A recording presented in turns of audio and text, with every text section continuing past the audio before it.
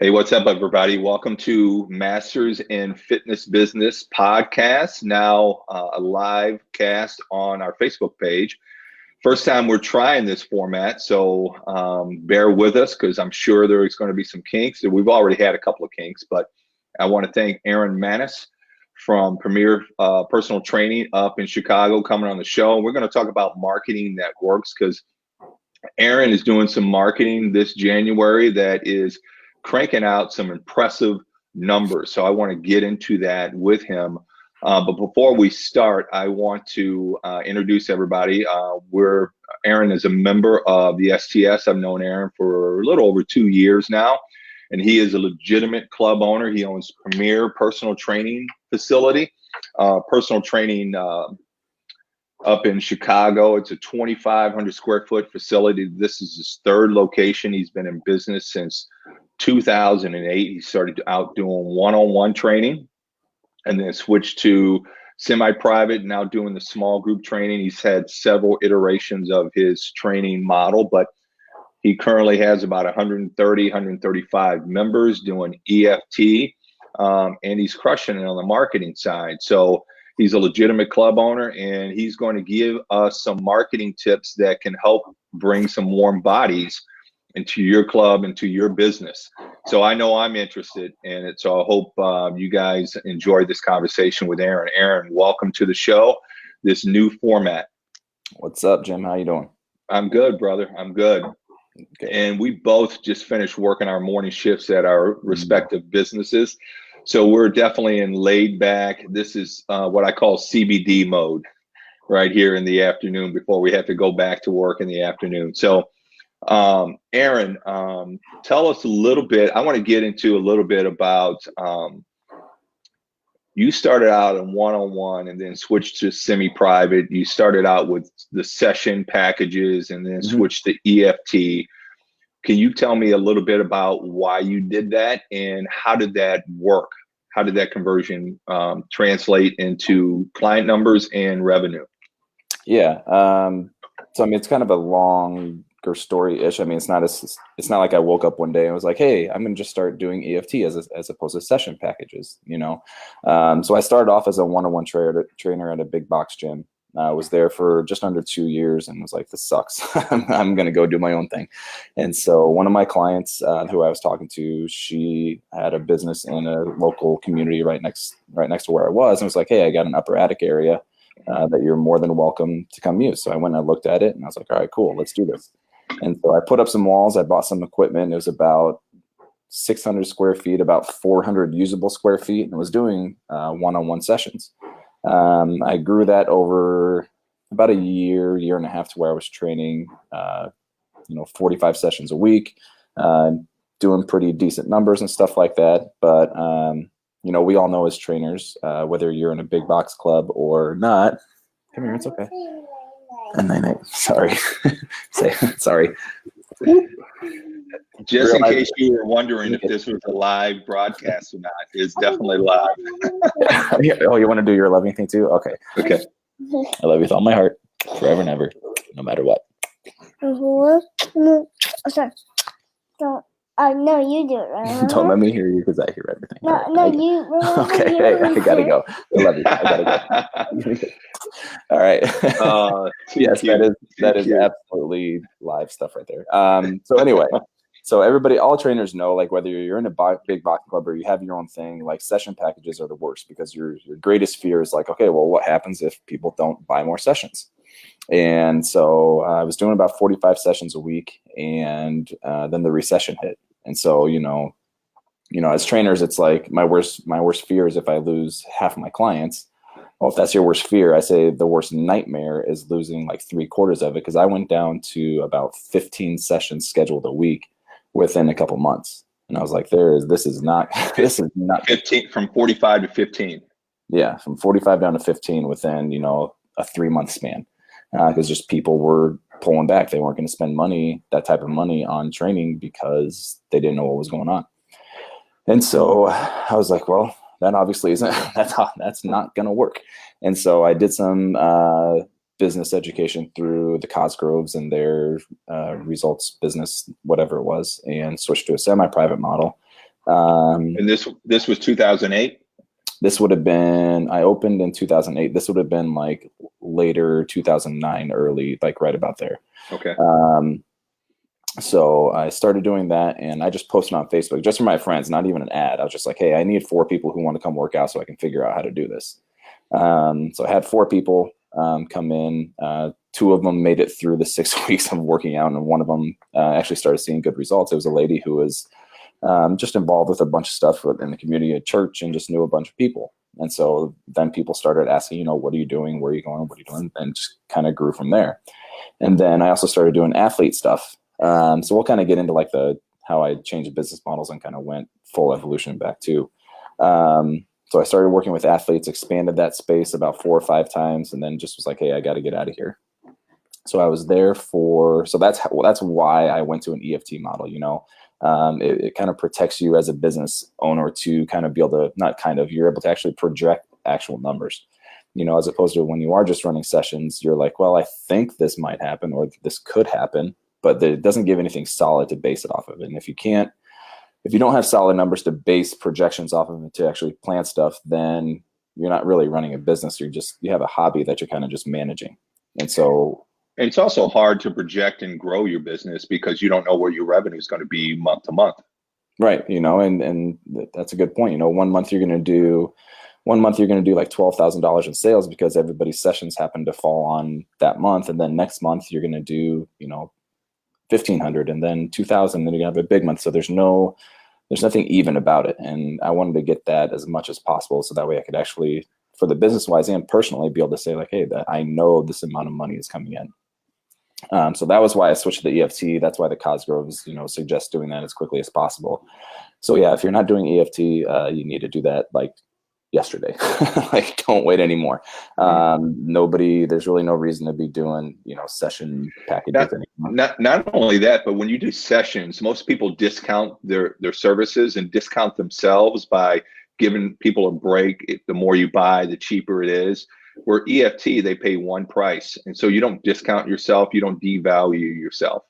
Right. And, so, I mean, I still do like tiered membership, and what that does is it gives people options for what they can actually afford. But still, as me as the business owner, then I know exactly how much money is coming in, and I'm not devaluing services. I'm just saying, hey, you want to come in a little bit more, then you can pay a little bit less per session. But it's still a membership EFT model to where it's not going to be fluctuating up and down by thousands and thousands of dollars. So yeah, I mean, that's why I kind of went to an EFT model instead of a session package. I kind of it was forced on me because of the economy and the recession, but it was, business wise, it was a good move to do. So let's go through some of the iterations of your business model. Why did you change? What did you change? And how did it affect the business from a client standpoint and from a revenue standpoint? Yeah. So initially, I was doing semi-private training. Being a former college athlete, I thought I wanted to work with athletes. And so that's one of the main reasons I moved to like a warehouse type facility that was probably about 5 minutes away from there. Because I was like, hey, I want to start working with teams. I want to do this. I want to do that. I played baseball. I kind of wanted to run my place like Cressy runs his place. I did a bunch of education through him, went and visited his place a couple times, and started running it like that. There's only 2 problems with working with athletes as your main thing. One, they graduate. You're always having to replace them with a new recruiting class, basically. And 2, their schedules are a nightmare to deal with. They're paying for so many other things. Parents finally get to a point to where they're like, look, like they can lift at school for free. Like I'm not going to pay for them to come work out here. And so that got annoying to deal with. And so at that point, that's when I started working more, going back to more of the adult stuff. But now instead of being in a small attic type space, I had, 4,000 square feet to fill. So I was like, well, it's kind of dumb for it to be me, because it was still a one-man show at that point. It was still just me. And so it was me, and it'd be me and like 2 clients and 4,000 square feet. And you're like, well, this is dumb. This feels dead. There's no energy. This is kind of pointless. And so it's like, all right, so let's start filling this up, And so I started getting into more of the large group stuff, which after a while I realized I didn't really like, because at the end of the day, and if you do large group training, it's not a knock against you. It's just my personal thing. it's like large group training. Like it's let's just get a bunch of people in here, get them all sweaty, and then say, see you later. So I'd have clients walk in as I switched to that model, and they'd walk in and I'd be like, hey, and I'd know their name, and it's like, but I don't really know anything about you. I don't know what's going on in your life. I don't know how I can like best influence and change your life for the better. You're basically just coming in for a workout and getting ready to leave. Yeah, I think it's a perfect example, and I say it all the time, is that do what you do and do it the best. Be the best at that. If you don't like something, if your heart's not in large group training, then that's going to show through. People will see that. They'll see that you're full of shit, or or bullshitting your way through it, and you won't bring the energy. You won't bring to it what you need to bring to it to make it successful. So find what you love, find what you do well, and to become the best at that. That's what I say all the time. So I applaud you for being able to recognize that you don't like large group training. So I'm going to stick to small group, because this is my wheelhouse. This is what I believe in. This is what I think is most effective. People get the most out of. So I'm going to do this, and I'm going to kick ass at it. Yeah. And so it was, a couple of years ago when I started realizing that, and it's like, it's just not for me. It's just not something I really enjoy doing. Not only that, but then it's like I'm competing against Orange Theory and places like that, where it's like they have so much marketing, so much like not control on the market, but people think of like group training. They're like, oh, I want to go to Orange Theory. It's like, okay, well, I don't like that. I don't like competing against that, because that's not what I want to compete against. I need to be the space in the market for small group personal training again. The other thing is you do small group personal training, and I was having people pay me $350, $400 a month, whatever it was, and they were happy about it. And they were happy about it because they weren't paying $1,200 per month on training. They got to pay a third of that price. And so I went from having people gladly paying me that amount of money per month to now I'm haggling with people over $99 or $149 a month. I'm like, that is not. So I am so done doing that. I am so done having that same conversation about $99 a month. I was just like, I'm done doing this. And so it was a couple of years ago when shout out to Alloy. A couple of years ago when I became an Alloy licensee. What that allowed me to do was to streamline my business and streamline the programming, and streamline to where now I had a good small group personal training model to follow. It was, besides switching back to a small group model, I would say that was the best business decision I made, because now it made my business an actual business. So go ahead. So when you say streamline, what does that mean? So the programming is all delivered to me online. There's not only the programming, there's marketing, there's social media content. There's, the media content is like, recipe of the week, weekend warrior workouts, things like that, where it's like, I don't have to come up with that content anymore. I don't have to worry about that, because also as trainers, we all know if I'm training, 35 hours a week and I'm writing all the programs for my clients, that's another 10-ish hours a week I have to spend writing programs. At least. And I still have this memory pop up on Facebook of like a stack of papers like this. That was just programs that I wrote for all my clients. And I was like, wow, that's a lot of time. And so it freed up my time to actually do some of the business stuff as opposed to just writing programs. So I started doing that about 2.5 years ago, and started moving slowly back to a small group training model while I was still in the warehouse. I knew I wanted to get back to that as like our identity of what we did, but I couldn't do it right away. And so I needed to kind of just, especially in that space. Now, when I moved, it came and kind of gave me a reason to make all these changes. Like Rick Mayo, who's both of our mentors in the STS, he talked about it's when you move, it gives you an opportunity to change things, because it gives you a reason to change stuff. As I was trying to change stuff in the warehouse, like it was always like, well, why are you doing this? We don't get it. We don't get it. It's like, well, you will someday. and so little by little, I started doing that, but I still kept on a lot of the large group workouts. And then last March is when I found my current location, which is a storefront location in the suburb of Libertyville, which is it's an affluent area. I mean, I think average medium income is like 130 to 140 or something like that. So it's a good place where people are willing to spend money. So the location was right, the timing was right, And so last March is when I announced to our clients that we were going to be moving more and more towards the small group personal training model. And so because I wanted to get back to that. So yeah, go ahead. So when you moved to that new spot, obviously you got a little bit more street traffic. So my question is twofold. One, what was the difference in rent per square foot, price per square foot?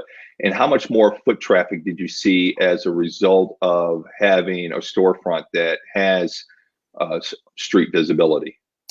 Yeah. So price per square foot, I forget what the warehouse was. The warehouse was like, I forget, it was like $9 or $10 a square foot total. This is like right about like 22, 23, something like that. Okay. So pretty steep. Right. Upgrade. But I also went from, so per month I added $2,000 in rent. The warehouse was right about $3,500. This is $5,500. Now it's way more per square foot, but I also downsized a decent amount to where I'm not paying for space that I'm not going to use. Okay. Go ahead. And then did you see a big increase in foot traffic from or clients from foot traffic or street visibility? Not as much as you think, at least not yet. You know, as we get more established in the community, we'll get more and more people stopping in, but not as much as you think. That's one of the probably mistakes that I made going into it. It's like, hey, I'm going to be, you know, storefront, good location. I mean, co-tenancy in that place is like perfect. There's a Weight Watchers that I'm right next door to a physical therapy office. There's a swim school where there's you know, moms taking their kids in and out all day. There's a massage parlor. Well, I shouldn't say massage parlor. it's an actual massage place. It's not one of those parlors. There's a nail salon. There's another salon. There's a hair. So like co-tenancy is just like perfect. But it wasn't. I went into it thinking like, oh, I'm gonna all these people walking by and they're gonna just jump in and start wanting to train with us right away, and that didn't happen. Did you ever try to do any cross promotions with any of those businesses? We do. We'll do more and more with the physical therapy office that we're right next door to. That'll be a good partnership. That'll probably be the only like really good one. The Weight Watchers, apparently it's like a corporate rule that they cannot do anything with any other fitness business, even though they're strictly nutrition and we're just talking about working out. Their corporate is like, not going to happen. So the physical therapy one will end up being a good one as we just continue to grow the relationship, which is obviously one of the key things about, you know, referrals and marketing in general.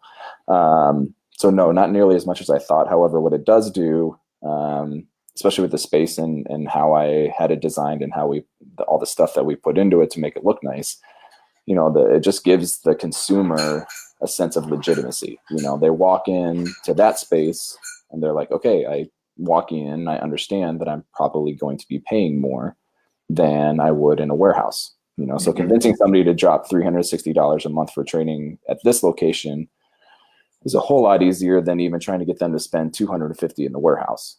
You know, because they see what we do, they understand that this is personal training. So I rebranded.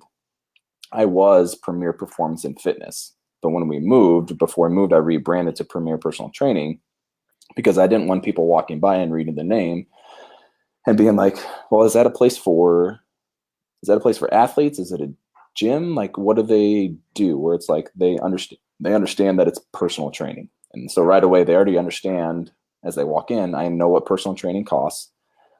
This place looks nice. It's clean. It's comfortable. It has a nice feel to it. So I understand I'm going to be paying that type of price. But then when I say, hey, it's a third of a price of a normal training session, they're like, oh, so the legitimacy of it and the ease of the sale to the consumer is a whole lot easier at the price point that we're at now than it was before. Yeah, that's a good point, because I know that's one mistake that I made when I put up my sign. I got the biggest sign that they would allow me to have, and it's a gigantic blue and white sign. It says Catalyst Strength and Functional Nutrition, because I wanted everybody to see where I was. Yeah. But everybody that comes in is like, yeah, I drive by this place all the time, but I never knew what it was because it's not in the fucking name. Right. And so I had to get banners put up to say, you know, personal training, or when we run specials to say, hey, we got this special, this promo going on. and it's usually some different cover for our evergreen. But yeah, it's really important to be really simple, really basic, so that there's no misunderstanding as to what you do and who you are when you put up your sign and your brand. Right. And that was, I mean, with changing from, because the reason it was Premier Performance and Fitness was because I was working with athletes, I was working with general population, so it kind of it fit. But then when I decided to make this switch over, I knew that was something I had to do. And, so Rick Alloy, personal training, Frank Nash, rebranded to Stronger personal training, just because it needs to be that like duh type thing. If people have to think about what you do, they're probably not going to walk in your doors because they're not going to feel comfortable doing it. They need to know, okay, when I come in here, I'm stepping into a personal training studio. I'm not stepping into a CrossFit box. Sorry, Chuck. Or anything like that. They understand they're walking through the doors of a personal training studio. And then the consumer, again, it's important that the perception of the consumer, that we think about that as business owners. Again, I'll say Rick again, he posted something in our STS group about, so Payless, I forget where it was. It might've been New York, wherever it was. I forget where it was, but that's not the point. Payless kind of like did an experiment where they made their logo look different, but it was still like really nice. They made it sound like it was more like a French word or something like that. And they took their same shoes that they sell for $20 and was charging people $200 or $250 or $300, $400, whatever it was. And people were paying it because of the location and the consumer's perception of what they were offering. And I think as business owners, we need to remember that the perception when people walk into our gyms or studios, whatever it is, needs to match the product and service that we're offering. So I could be the best trainer in the world, I could have the best customer experience, best workout experience, whatever. But if they walk into your gym or studio and they're like, this place smells, it's dirty, their perception of your price is going to match that because it just comes with it. I mean, think about any time you step into even something simple as coffee. Like, I'll gladly pay 75 cents more to go to Starbucks than Dunkin' Donuts because I like that experience better. It's the same product. It does the same job. It solves the same problem. But I'm going to go spend a little bit more at this place because of how it makes me feel and the ease that I have when I walk in there. Yeah, that's brilliant, because Thomas Plummer says that all the time. He's another one of my mentors. Mm-hmm. And he says that all the time, that this is a great time for personal trainers to make a really comfortable living at this, but you have to do it right. You got to be professional. So to your point, if somebody walks into your place and say it's a warehouse space and say it's dirty and dingy, and you've got, a cutoff t-shirt and some old gym shorts, and you say, yeah, come train with me, they're not going to be expecting to pay premium price to train with you. But if you walk in and the place is clean, it's neat, it's professional, people have on uniforms, like a nice polo with a logo, everybody looks the same, then they're going to be expecting to pay more, and they won't blink an eye when you ask them to pay more, because you look like a professional. Right. You look like you deserve that rate for the membership versus some guy in a sweaty, stinky box and a t-shirt and shorts. Right. Yeah. I mean, it's we have to hold ourselves to the same standard that other industries do. Like if I go to hire an accountant to do my accounting, and I walk in and he's wearing a suit that doesn't fit him, his tie is not up nice and tight, his hair's all messy, like, I'm probably not going to hire him because he just doesn't look like he has it all together. But for some reason, us in the gym industry and fitness industry, we seem to think that it's okay for us to just dress in just like shorts and whatever we want to wear because, hey, it's a gym. What does it matter? Well, it may not matter to you, and it may not matter when people are, you're charging people, $79 a month for a membership. But if you want to charge somebody, $350, $400 a month, then look the part, and that's just, and it doesn't need to carry over to how you actually interact with clients. It's not like I have to be this uppity, snooty, trainer who uses all these technical terms and like, hey, blah, blah, blah. Like, no, like we have fun with our clients. We joke around with them. We give them a hard time, all that type of stuff to create a good client experience, but we still have to look and act in a professional manner if we want to be charging those prices. Yeah, it's a perfect example of perception as reality. Just like Payless with the French sounding name selling these, the same shoes for, 1,000% markup, even though it's the same product. Yeah. Everybody, competition in the fitness industry has never been higher. And so if you can package what you do as a product versus a service and put a perception on it that, hey, it's the best just based on your branding and your appearance, then more power to you, brother. You can go out and crush it.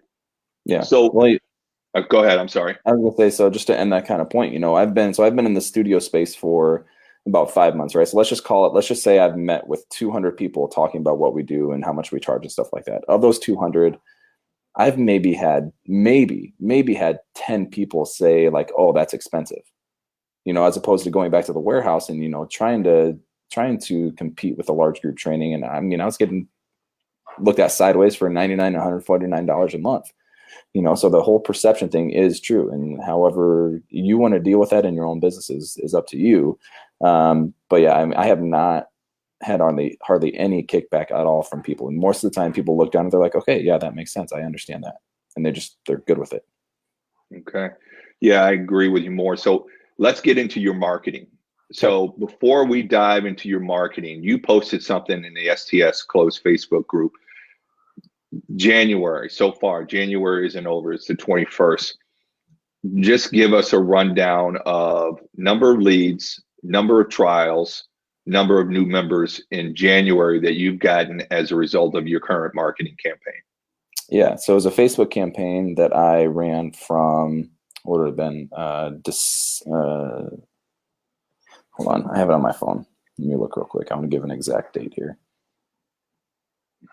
It would have been December 28th that I ran through the 13th of January. And it was a free 4-week offer. Anytime you do free, you're going to get more traction just because it's free. The bad thing about free stuff is that then you have to weed through all the crap. Thankfully, I didn't have to do all that because how I set it up was so people got into our funnel, which I am a ProFit marketing client. I also bought their before we get into that, because I want to get into all that, can you give us the numbers? Yeah. So total, I ended up with, what was it, like 155 leads. I'm still actually meeting people with this week because a couple of people needed to meet late, and I was supposed to meet with about 10 people on Saturday, but of course we got about 8 to 10 inches of snow. And so I had to cancel those, and now I'm rescheduling those this week, which sucks because, you have those 10 appointments set, and, of those, I'm probably going to get rescheduled like 6 of them just because people are going to be like, oh, well, I'm just not going to do that again, just because people are people. Right. So about 155 leads. We'll end up with about 55 trials in, and then we should close about 60% of those into actual memberships. So about 65, so around 30. Yeah. That's impressive. All right. So let's get into your marketing. Break down your marketing, the current campaign, and what you do, how you do it. And also, before we started recording, you were talking about the iterations that you've gone through with marketing, where you were doing it your own, then you brought in somebody, and then you went back on your own, and then now you're using somebody else's content. So go ahead. Yeah. So I had done my own Facebook marketing. I did some education courses through Digital Marketer Lab about 3 or 4 years ago, right around there. And so I did some of that, and then I started running my own campaigns. I used ClickFunnels to do all my funnels for, and then I did all my ad campaigns. As I got into it and got to meet people in STS and stuff like that, I met Tim Lyons, he runs ProFit Marketing Solutions. So I hired them to do all my marketing for about a year or so. I missed doing that because I actually liked doing that stuff. And so I kind of took my stuff back over for a little bit. And then Tim just came out with their GPS course, which it's a membership that gives you all the marketing stuff that you need. So it's all the funnels are done. It's like their highest performing funnels. And then we, as their clients, can take that and customize it to what we want it to say. So that's what I did. I bought their Black Friday special. did their January transformation challenge, customized it to what I wanted. I changed it around to where I wanted to make it as easy as possible for the person to sign up to come meet with me, because that's my overall goal. Like, I don't care how many people I get to sign up online or anything like that. My goal is to see how many people can I meet in person, because once I know once I meet them in person, like, they're signing up. Like, when I meet with somebody, 95% of the time they're going to sign up for whatever it is I'm selling them. Hardly ever do they walk out, because I'm the best salesman for my business. And so I made it easy. So they have the funnel from the ad, and then they just click on, once they click on it, it pops up the form. They fill out the form, and that form will then redirect them to my Acuity online scheduler, and they schedule their own appointment with me right then and there. So there's no like 3 or 4 steps to get here. I wanted 1 step to fill out a form, which I get a direct notification on my phone, because I use Wufoo, and that sends me an email right away when somebody fills out the form. So I get that email with all their contact information, and then when they register for their own appointment with me, then I would get an email confirming that. And so I should have brought it. I'm not that old. I mean, I'm only 34, but I actually like, when I do stuff like this, I like pen and paper better than an online form or something like that. So I have papers. I mean, it's about like that thick of leads in my binder, because then I can go through. So I print off the Wufoo form, and then I can write in there exactly, when I contacted that person, how I contacted them, when are they going to come in and meet, and then I can look through it and just kind of organize myself from there. But overall, that was the goal for the January transformation challenge. Nice. And so from that, you got 155 leads, and out of that 155 leads, you signed up 55 trials. Yeah, it'll be right about there. Yeah, in basically 3 weeks' time. Yeah. Awesome. And so, and the only way to, when you're doing something like that, when you're trying to get mass amounts of people in there, you can't meet with people one-on-one. So I opened up my schedule about only like 4-ish hours a day, sometimes only 3, but I allowed myself to meet to up to 5 people at one time. So we already do stuff in groups. We already do small group personal training of 5. So that's why I did up to 5 people in these appointments.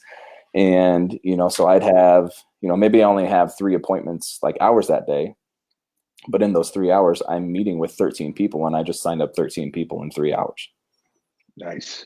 And so that made it very easy, where I don't have to spend 10 hours a day meeting with people and do training on top of it. It's like, no, I have a limited amount of time.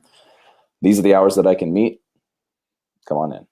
So, all right. So let's unpack that. So first of all, let's go back to the marketing content, because you said you took the GPS funnels and you customized it. Yeah. So we were talking before we started recording, and we were talking about Frank Nash, another one of our mentors in the STS, who crushes it out in Boston. He was saying, if you want to stand out, don't do what everybody else is doing. And everybody says that, but not everybody's able to do that. How do you do that? Yeah. So yeah, I mean, everybody sees everybody's ads, right? So it's always somebody jumping in, being all crazy, doing all this type of stuff. But again, going back to the whole like professional comfort type thing that we all need to be kind of searching for. I had the epiphany a couple of years ago. I do all of our recordings for our videos, all of our shooting and stuff like that. I've taken video courses, whatever. So I was kind of doing that type of stuff that everybody was doing. And I was like, how in the world can I stand out when there's so much stuff like that of people scrolling through Facebook with their thumb? How in the world do I get them to stop and look at me? And then it kind of hit me like, well, people don't want to look at me, but I have this super adorable 3-year-old daughter that people would stop for. And I kind of used this a couple years before that, and I had a huge response to it, but I did it wrong, and I couldn't capture all the leads correctly. But anyway, I was like, let's try this again. Because I was going to take her to the gym, to the warehouse, and have her be there, and then we were going to go grocery shopping. But I was like, let's just give this a shot. So I brought her in. So it's her and me. I'm holding her, and she does the shoot with me. She's right there in me. She talks with it. Now she's grown accustomed to where, like, when I mess up, so this past one, I was messing stuff up, and she would tell me what I was supposed to say. But anyway, it's me and my daughter. The one ad that did really well, it was me and her. She was getting too big, so I had her stand, and then I knelt, but you can't tell from the camera view, in front of our nice feature wall. So talking about how it looks and functions. So I spent a large amount of money on that wall just to have it look nice and professional for basically when I do these shoots. And when people walk in, it's nice, but it just gives a nice, comforting feeling to the consumer. But anyway, and it says you will pay more. Yes, correct. That too. Absolutely. So I wasn't even wearing a gym polo. My polo that I usually wear for that, I was wearing a like blue sweater type thing. She was wearing, we had just come from church, and we stayed in those clothes, and we just went and we shot it. And I had numerous people come in, and they just said, usually I'm scared to go do these types of things or work with these type of people, but that made me feel comfortable. So it was her and me. There were some videos of people working out in the studio, but it's her and me, and she's the star of the show because I want people to, again, stop. That's my whole goal, is to just have people stop. And so I've even had people stop us in the grocery store and be like, "Oh, hey, I saw you on your daddy's Facebook page or something like that, or your ad on Facebook." And it's like, okay, that's exactly the point. That's exactly what I wanted to do. So yeah, I use my 5-year-old daughter. So no, that's a great point because like you said, that 80% that everybody's shooting for, the 80% of the population who doesn't have a gym membership, it's hard to get them to come in the door because the biggest thing is intimidation. So using your daughter, is very comforting, makes them feel comfortable before they even step in the door. It makes it easy for them to step in the door. And for you guys that want to see it, Aaron sent me the video earlier, and it really is effective. So I will post that on the Facebook page for you to look at. And I was telling Aaron, we're going to see a rash of personal training studios using small children in their running their promos. And what's next? What's that? Puppies. Puppies. Yeah. Puppies and cute kids like that. Puppies and little girls. Yeah, I mean, can you tell who my target market is? It's yeah. But I get a lot. I mean, I actually get a lot of guys who come in. They're like, "Oh, your daughter's so cute. I stopped in, and that's why I stopped and signed up for it." So it's not just women who do it, but yeah. Puppies are next. Yeah, nice. So that was a really effective. So that's how you got people to scroll. That's how you did went the other way. When everybody's going right, you went left with your little girl. So that got people to stop and click on your ad. So my next question is, what system do you have inside of your business to make sure that you're able to capitalize on the leads, convert them to trials, and then once you're in on the trial, what system do you have to convert them to members? Yeah, so like I said, I work best using that paper and pen strategy. I tried doing like Google Sheets. I tried doing all that stuff. For me, that's what worked best. That's my system that I use, that I can visually see what I need to do. So for follow-ups and getting people set up for appointments with me, that's what I like to use. I know Whitney is probably grinding her teeth at me because she would rather me use Google Sheets or something like that she taught me how to use, but it works best because I tried it, and then I found that I would lose track of people that way. So I'm a very I'm kind of scatterbrained sometimes. So I'm a very hey, I need to print this out now. I need to put this in my 3-ring binder now, and I need to write all this stuff down now. So after I meet with people, they come in, talk to them about everything that we do, answer all their questions. They actually sign up for a month-to-month membership right then and there. We use the Netflix close. It's the easiest thing for both parties involved. Reason being is, especially for this trial that we have going on. For listeners who don't know what the Netflix close, can you explain that? Yeah. Let me kind of go through the stuff and then I'll. Okay. So they go through, they ask all their questions. Then I go through, show them the prices, and then they get rolled into a month-to-month membership after their trial is over. So our membership agreement it's a 1-page document. I put on there their trial start date, their end date, and when their month-to-month membership starts. And then I have all of our pricing options underneath. I roll everybody into our 12-session-a-month membership, which is $360 a month or $30 a session, which if you're not showing your consumer unit pricing, that's a big thing to kind of think about what you should do or maybe add to your business. It just for them visually, it makes sense. The bite-sized pricing, when you break it down per session like that, it's much easier to digest because it's bite-sized. You're not looking at the whole pie. Yeah, it's like, I only have to pay $30 for a personal trainer every time I come in here, as opposed to $360. Right. So we fill that guy out. I give them a copy of it. And they know that during their trial, they can downgrade or cancel at any time, and they won't get charged anything if they decide to cancel. I even decided to put in a little clause in there that legally binds me to do whatever it is they tell me to do, just to, again, put their mind at ease, because they're just meeting me that day. And so it just kind of puts their mind at ease, like, okay, like I really will do what it is you tell me to do. So that system I found works best for me, because following up with 55 people within a 4-week time to sign up for memberships is impossible. So it's like, okay, we're going to be adults about this. You're signing up for a membership right now. You want to quit?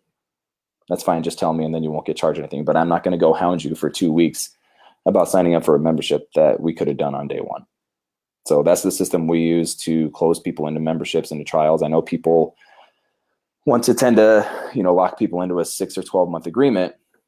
What I found is, because I used to do 12 months agreement only.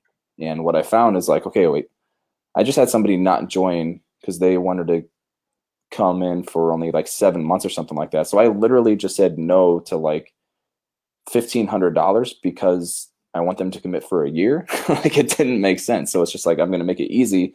Again, make it easy for people to do business with us. Make it easy for them to do business with me. It's just like, we're going to do month-to-month memberships. You want to join? This is what you're going to do. If you don't want to join, just tell me. So once they sign that contract, that kind of Netflix close contract, then the onus is on them to let you know that they want to cancel or downgrade their membership. Correct. Otherwise, they just roll automatically until month-to-month, 12 times a month. Yep. And okay. I make it a point to say, because I can't believe I have to say this on here. I had a lady the day that her membership was going to start. So she obviously knew the day that it was going to start. She sent me a text message to my phone at 3:30 in the morning saying, "Don't charge me. I'm not joining." I was like, "What the hell do you want me to do?" So I always tell people, like, just send that text the day before and it's fine. But yes, so they have their entire trial to figure out if they want to join, are they going to join? And if so, what level are they going to join at? And I make it very personal to them when I'm talking with them. I tell them, that's the other thing about me, that how I run my business. Like, I'm going to be real life about it. I'm not going to make somebody think they have to come in and work out 6 days a week. So I tell them, like, hey, if you find out that you can, only come and work out 3 days a week, that's fine. And then it's like, how many sessions are you going to use in those 3 days? Are you going to do, because we do still offer some large group stuff.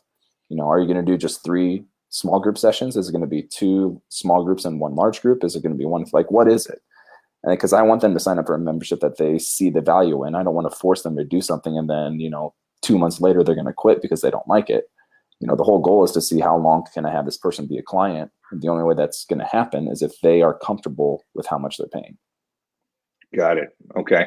And then, yeah, that's great. So going back to your marketing efforts, when you're designing the campaign, so you got your content. Let's talk about, like, when you're setting up the Facebook ad, what type of audience do you use? What type of tags do you use? Yeah, so the audience that I use, so I only break it up into 2 segments. I break it up from 35 to 50. I'm sorry, 35 to 45, and then 45 to 60. The majority of that budget is spent for women. So I'll have a male audience and a female audience for each ad that I do. The majority of the ad spend is going towards women, but I will put about 30-ish% of the total budget towards males.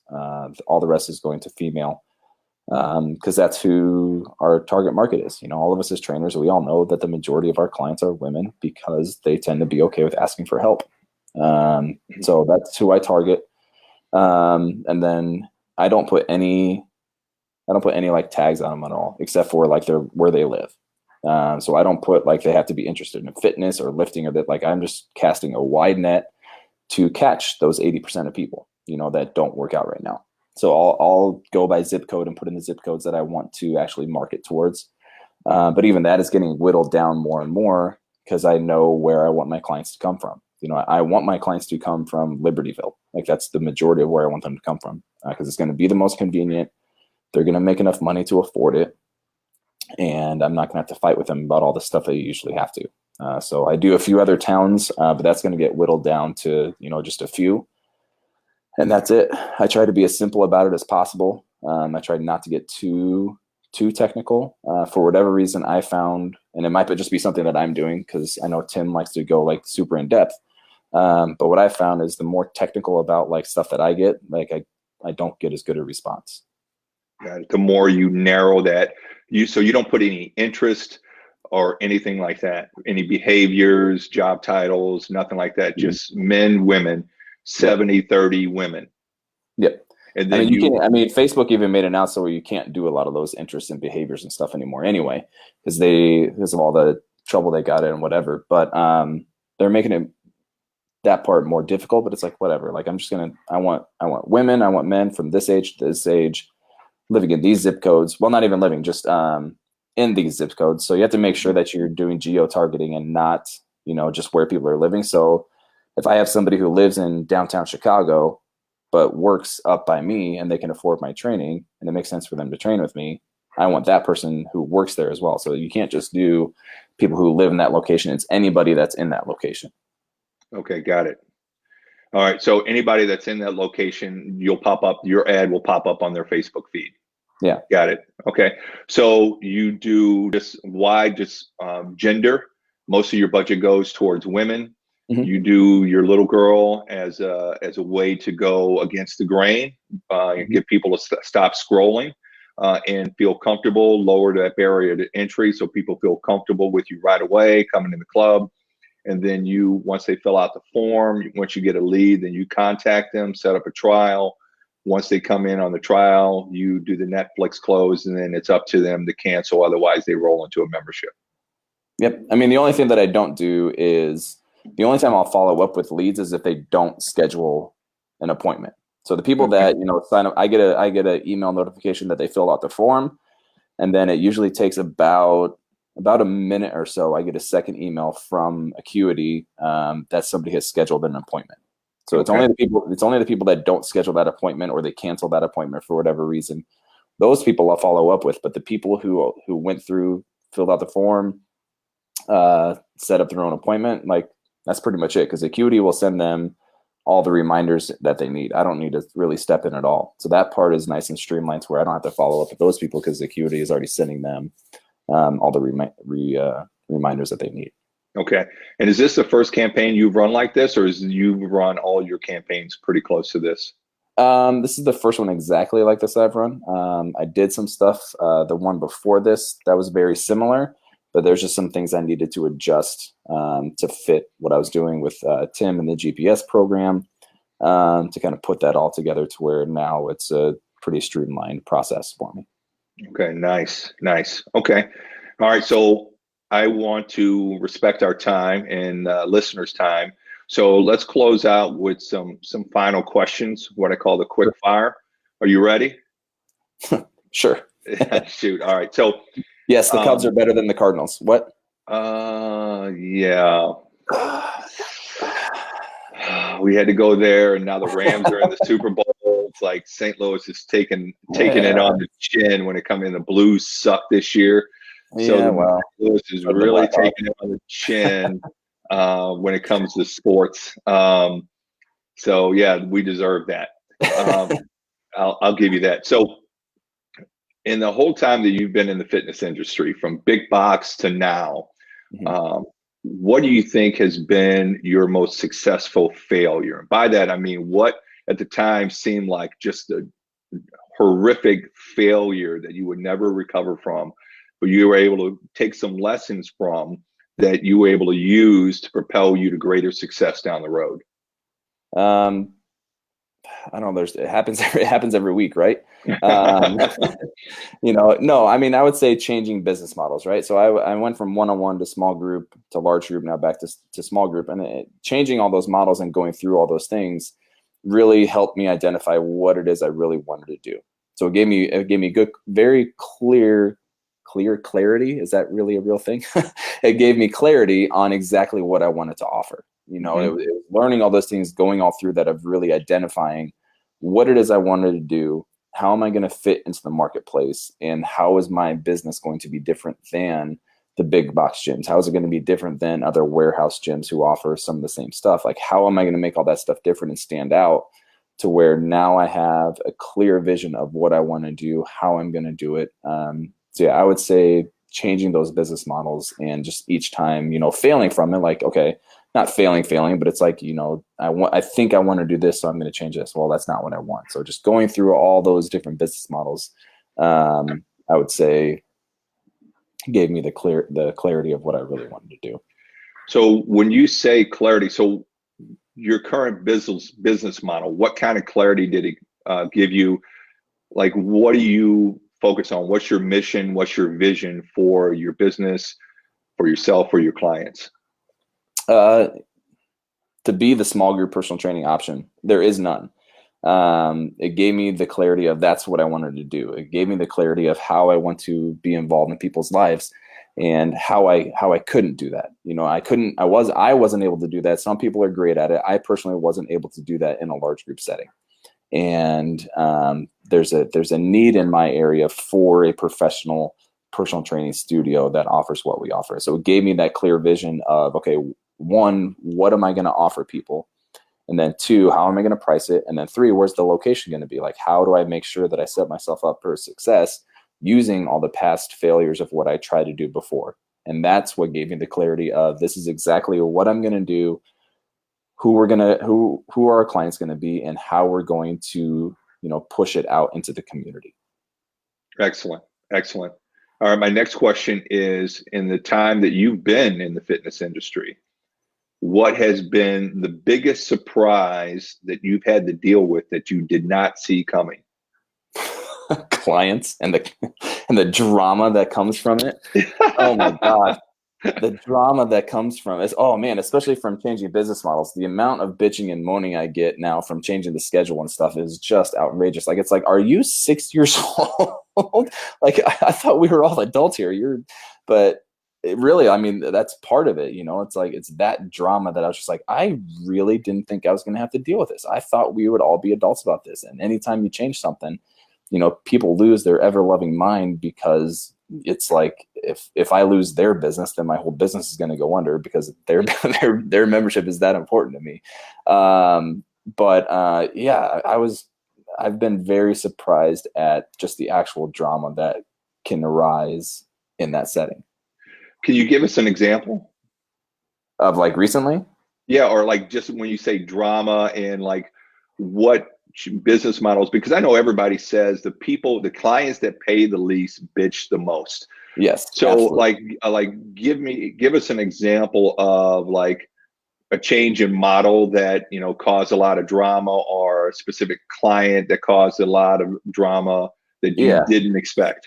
So I actually have this group of clients right now. So I had been telling people for the last 10 months that, hey, we're going to be getting rid of a lot of our large group workouts, because I was having large group workouts of 3 or 4 people surrounded by 2 small groups of 5 people. I'm like, well, that doesn't work.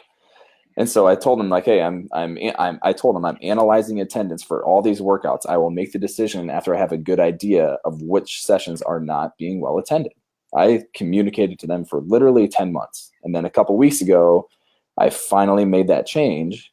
And it was like somebody just dropped a bomb. Like, the people who were paying the $149, again, so like you said, the lowest paying people cause the most issues, no matter what your pay scale is. It could be 49 to 99, but the 49 people are going to cause the most issues. Mm-hmm. They start bitching and complaining and moaning about, well, I can't come work out now, this and that, blah, blah, blah, blah.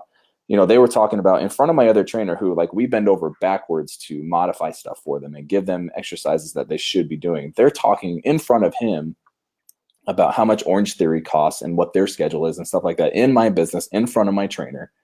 And I was like, you got to be kidding me. Like, I couldn't stand it. And then this girl last week, after her Wednesday workout, she goes, well, I'll see you guys next week. And everyone's like, oh, well, we won't see the rest of this. She's like, nope, I'm not allowed to come work out here anymore the rest of this week because I don't have enough sessions, or something along those lines. I'm like, oh my gosh, like, I'm sorry you don't want to wake up at 6 a.m. for a workout that we're offering tomorrow morning. Or you're too hungover on Saturday to come to our Saturday sessions that we offer. It's like, oh my goodness. So it's just stuff like that where it's like, it gets to the point to where you're just like, you know what? go try another gym, go try somewhere else. And then when you want to come back, I'm going to charge you more. Yeah. And so it just, because you're going to lose your grandfathered rate. Correct. Yeah. And it's just like seriously, it's just like, oh my goodness, it's unbelievable.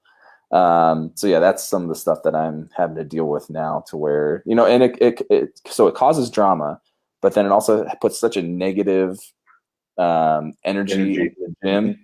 It just brings everybody down. Like one of my most tenured clients, and she's literally an ideal client.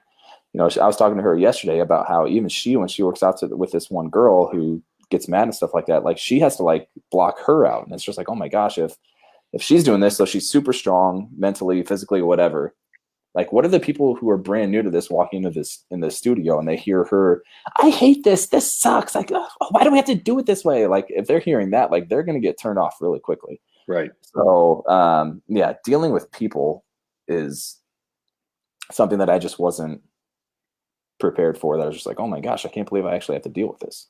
Yeah, people dealing with change. The majority of people do not deal with change well. No. Yeah.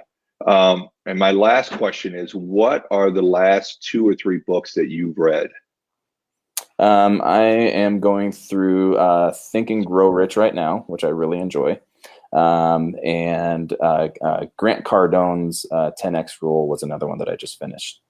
So the 10X Rule by Grant Cardone, and Think and Grow Rich, and then Extreme Ownership was really good as well. Okay. Is that the Jocko book? Yeah. Yeah. Got it. They just came out with a new one too that I'll go through and do once I'm done with this one. But yeah, those are the 2 or 3 that I've kind of done recently that were really good. So if I remember right, there was maybe about a year ago, we had to do goals in STS, and one of yours was to start reading, and you were talking about doing audiobooks. So just out of curiosity, did you do the audio books, or did you actually read the books? No, I did the audiobooks, and I had to find a good system for that too. So I would try to listen to them right now, and I'm tired from my first round of sessions of the day. I'm kind of getting ready to go back to work. And I was literally like falling asleep. I'm like, oh, this is stupid. Like, why can't I find a good time to listen to these? And then it dawned on me, like, moron, just listen to it while you work out. Like, you know, and so I do that when I do like just some like mindless stuff that I don't really have to think about, and I'll listen to it then. Okay. And I found that I can usually get through, you know, a book a month or so doing it that way. Okay. And then real quick, can you tell the listeners what you got out of each book? So Extreme Ownership is basically about just owning everything that's going on as a business owner, or whatever your job is, you know. So if something, so even that drama-filled clients, that at the end of the day, that falls on me. The reason that they're being drama-filled is because I changed the schedule. And as much as I want to say that I prepared them enough for it and told them enough information about it, obviously I didn't. And so at the end of the day, that still falls on me. So it's the Extreme Ownership is just understanding, you know, when things are going wrong and things are going good, whatever it is, at the end of the day, it falls on your shoulders. You know, so if I have my trainer, if I give him a task to do and it's not done the way that I want it done, at the end of the day, I didn't do something to prepare him to do it the way that I wanted it done. And then I have to reevaluate, how am I talking to him? How am I, you know, giving him instructions on what I want him to do? And that type of stuff. So you have to then take ownership of all that. No matter how much you want to pass the blame on, oh, they're just being drama filled, or, you know, he didn't do that just because he's lazy or this and that. Like, no, it's on you. You're the business owner, you're the manager, you're this. Anybody that is under your branch or whatever you want to call it, like, their stuff is on you because you are the one who is leading them. So it's being like that type of leader, like just taking it to be like, no, this is mine. I'm going to take ownership of the stuff that happened. And that's it. And then Grant Cardone's 10X Rule, he did a lot about sales stuff, but the biggest thing I got out of that was literally not putting limits on yourself, you know? So, and his whole 10X thing is if you want X results, you're going to have to put in 10X effort. So being as passionate, being 10 times more passionate about what you're doing, putting in 10 times more effort, 10 times more work, whatever it has to be, having that type of outlook on stuff as just thinking, okay, well, if I want X, that means I have to put in X type of work. Like, no, if you want X, you're going to have to put in 10X type of work, and you'll get 10X results. And so, it's having that kind of outlook and mindset on the work that you have to do and how much effort and how much focus and all that type of stuff you have to put in it. That's what you have to do in order to be as successful as you actually want to be. That's great. And then the Think and Grow Rich. I'm sorry. I'm going through Think and Grow Rich now. It was Rich Dad, Poor Dad. Okay, got it. Okay. Rich Dad, Poor Dad, I just finished. Think and Grow Rich, I'm doing now. Rich Dad, Poor Dad, really, like, it was the most basic thing. It's a good book about finances, how to view stuff. But for finances, it's basically how many items can I put in my asset column and how few of things can I put in my liability column. Assets being something as, a business that's profitable or real estate or things like that. It's like, how many things can I put in that asset column that's actually going to give me residual income? And then how do I clean up my liability column? And then how do my assets then pay for the things that I want? So that got me thinking about kind of our newest SDS member, Bobby Hines. He runs and owns a lot of Anytimes, so that got me thinking along that line. Like, so how do I figure out how to own some Anytimes or whatever, gyms, whatever it is that I want to do, and start building an asset column of that? And then how do I have that run and give me the income that I want for the other things that I want to do in life? So it just gets you thinking a little bit differently about finances and structure of stuff, to kind of give you a clearer picture of maybe a better way to think about finances. Got it. Great. All good stuff. So where can people find you in the world if they want to find out more about you, reach out to you, ask you for help, all that good stuff, or come train with you? Just search for me on Facebook, Aaron Manis, Aaron. As much as that skit was funny, like, it's actually been helpful. Like, I'll stand in front of somebody and I'll say Aaron, and they'll start writing ERIN. I'm like, no. Aaron. And then like, if they'll stop for a second, if it's a younger person, they'll be like, oh yeah. Aaron Manis. So my email is aaron@premierpersonaltrainingcenter.com if they want to reach out to me. Shoot me a message there or on Facebook or Instagram. It's Aaron Manis on there as well. There's nothing cute or fancy about my names. That's perfectly fine. Website as well, premierpersonaltrainingcenter.com. You can look through there as well. Yeah, it's a good website as well. Really well done, really simple. And your last name is spelled Manes, correct? Yes, and it's Manis. It may look like Haynes with an M, but it's not Maines. It's Manis. Got it.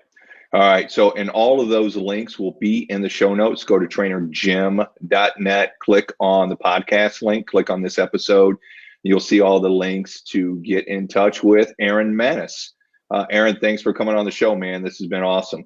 No problem. Thank you. Yeah, I appreciate you being my guinea pig in this new format. We'll see how it does going forward. But this has been good. And if nothing else, the audio is much better. Yeah, sounds good. All right. Thanks for putting up with me, man. I'll talk to you later. No problem. See you. All right. Take care. Bye. Bye.